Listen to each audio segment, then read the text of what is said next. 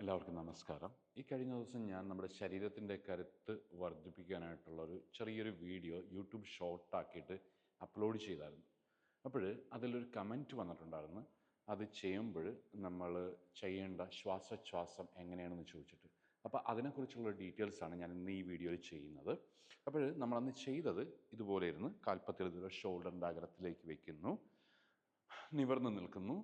Then പതിയെ കൈകൾ മുന്നിലേക്ക് ഇതുപോലെ കാൽപ്പത്തിൻ്റെ മുന്നിലേക്ക് ഇതുപോലെ വയ്ക്കുന്നു, സാവധാനം മുന്നിലേക്ക് നടന്ന് കയറുന്നു. ഓക്കെ, ഇവിടെ വന്നിട്ട് നോട്ടം നേരെ വയറിലെ മസിൽസ് ഒന്ന് ചുരുക്കി പിടിക്കുന്നു, ബട്ടക്സ് മസിൽസ് ഒന്ന് കോൺട്രാക്ട് ചെയ്ത് പിടിക്കുന്നു. ഇനി ഇവിടെ നേരെ പുറകിലേക്ക് ഇതുപോലെ നടക്കുന്നു, പുറകിലേക്ക് നടന്ന് കൈപ്പത്തികൾ കാൽപ്പത്തിയുടെ മുന്നിൽ ഇതേപോലെ ഒരു ലൈനിൽ കൊണ്ടുവരുന്നു. ദെൻ ഇവിടുന്ന് പതിയെ നിവരുന്നു. ഇതായിരുന്നു ഞാൻ ആ വീഡിയോയിൽ ചെയ്തിരുന്നത്.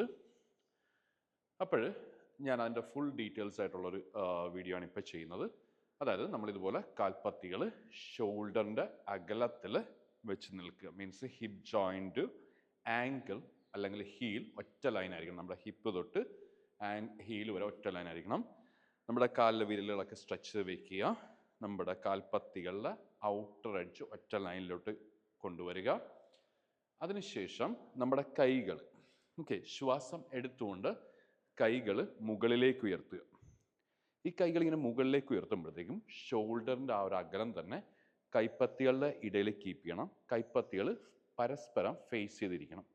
ഇനി നമ്മുടെ എൽബോസ് ഒന്ന് സ്ട്രെയിറ്റ് ചെയ്തിട്ട് മാക്സിമം മുകളിലേക്ക് ഇതുപോലെ ഒന്ന് സ്ട്രെച്ച് ചെയ്യുക. ഈ സ്ട്രെച്ച് ചെയ്യുമ്പോഴത്തേക്കും ഒരിക്കലും നിങ്ങളുടെ ഹീൽസ് താഴെ ഉയർത്തരുത്. നിങ്ങളുടെ ഹീൽസ് താഴെ തന്നെ ഉണ്ടായിരിക്കണം. മാക്സിമം മുകളിലേക്ക് സ്ട്രെച്ച് ചെയ്യുന്നു. ഓക്കെ, ഇതേപോലെ. എന്നിട്ട് ശ്വാസം വിട്ടുകൊണ്ട്, ഓക്കെ, നമ്മൾ ശ്വാസം എടുത്ത് കൈ ഇതുപോലെ ഉയർത്തി ശ്വാസം വിട്ടുകൊണ്ട് സാവധാനം മുന്നിലേക്ക് ഇതുപോലെ ബെൻഡ് ചെയ്ത്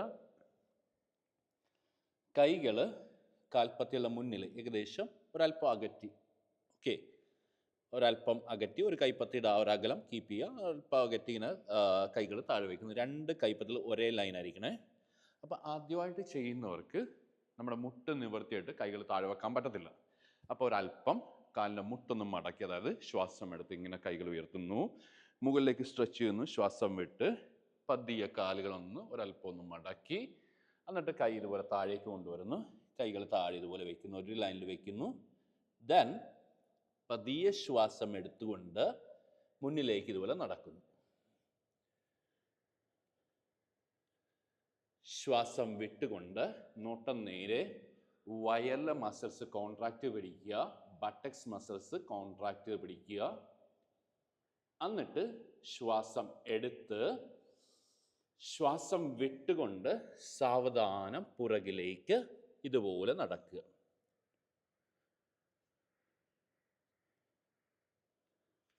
കൈകൾ തിരിച്ച് ഒരു ലൈനിൽ വരുന്നു. ഇവിടെ എത്തുമ്പോഴത്തേക്ക് നമ്മൾ ഫുൾ ബ്രെത്ത് ഔട്ട് ആയിരിക്കണം. കാലിൻ്റെ മുട്ട് നിവർത്താൻ പറ്റാത്തവർ ഒരല്പം മടക്കി വെച്ചു ഇതുപോലെ നിൽക്കുക. ദെൻ ഇവിടുന്ന് വീണ്ടും ശ്വാസം എടുത്ത് കൈകൾ മുകളിലേക്ക് ഉയർത്തുന്നു, മാക്സിമം സ്ട്രെച്ച് ചെയ്യുന്നു. ദെൻ വീണ്ടും ശ്വാസം വിട്ട് കൈകൾ ഇതുപോലെ തറയിലേക്ക് വയ്ക്കുന്നു. ദെൻ ശ്വാസം എടുത്ത് സാവധാനം മുന്നിലേക്ക് ഇതുപോലെ നടക്കുന്നു.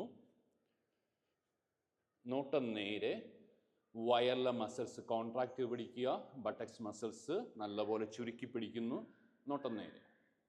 ദെൻ ശ്വാസം എടുത്ത് ശ്വാസം വിടുന്നതിനോടൊപ്പം പുറകിലേക്ക് നടന്ന് നടന്ന് നടന്ന് നടന്ന് രണ്ട് കൈകളും ഒരു ലൈനിൽ കൊണ്ടുവന്നതിന് ശേഷം വേണം എഴുന്നേക്കാൻ. ശ്വാസം എടുത്ത് കൈകൾ ഉയർത്തി മുകളിലേക്ക് മാക്സിമം സ്ട്രെച്ച് ചെയ്യും. ഓക്കെ, ദെൻ ശ്വാസം വിട്ട് റിലാക്സ് ചെയ്യും. നിങ്ങൾക്കിത് എത്ര തവണ ചെയ്യാൻ പറ്റുമോ അത്രയും തവണ ഇത് ആവർത്തിക്കുക. അതായത് നമ്മളിപ്പോൾ ഇന്ന് തൊട്ടാണ് ഈ ഒരു എക്സസൈസ് ചെയ്യണമെന്ന് വയ്ക്കുക.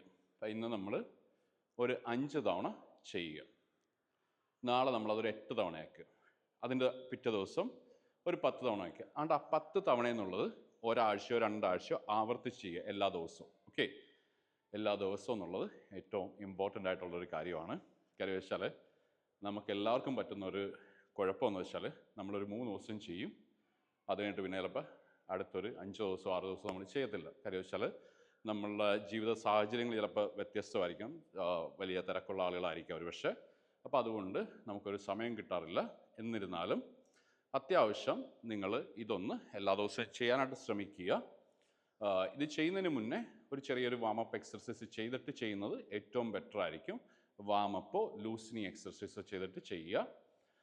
നിങ്ങളുടെ ടൈം അനുസരിച്ചിട്ട് ചെയ്യുക. പക്ഷേ ഇത് ഏറ്റവും നല്ലൊരു എക്സർസൈസാണ്. ശരീരത്തിന് മുഴുവനായിട്ട് ഒരു സ്ട്രെങ്ത് കിട്ടുന്നതാണ്. ഞാൻ ഇതിൻ്റെ അകത്ത് പറയുന്നുണ്ട്, വയറിലെ മസിൽസ് ചുരുക്കി പിടിക്കാൻ പറയുന്നുണ്ട്, ബട്ടക്സ് മസിൽസ് ചുരുക്കി പിടിക്കാൻ പറയുന്നുണ്ട്. നല്ലപോലെ നമ്മുടെ വയറിനൊക്കെ പിടിക്കും. അതുപോലെ തന്നെ കൈ, നമുക്കെല്ലാവർക്കും അറിയാം അല്ലേ, ഒരു നിശ്ചിത പ്രായം കഴിഞ്ഞാൽ നമ്മുടെ ഈ ഒരു അപ്പർ ആംസിൻ്റെ ഈ ഒരു മസിൽസ് ലൂസാകാറുണ്ട്. ലൂസായിട്ട് ഇങ്ങനെ തൂങ്ങിക്കിടക്കും. അപ്പോൾ ഇത് ചെയ്തു കഴിഞ്ഞാൽ അതെല്ലാം മാറും. എല്ലാ ദിവസവും ചെയ്യാൻ ശ്രമിക്കുക. പക്ഷേ ശരീരത്തിന് ഒത്തിരി പുഷ് ചെയ്യാണ്ടിരിക്കുക. ശരീരത്തിന് അറിഞ്ഞ് ചെയ്യുക. ഞാൻ ഒരു തവണ കൂടെ ആ ശ്വാസോച്ഛ്വാസം ഒന്ന് പറഞ്ഞു തരികയാണ്.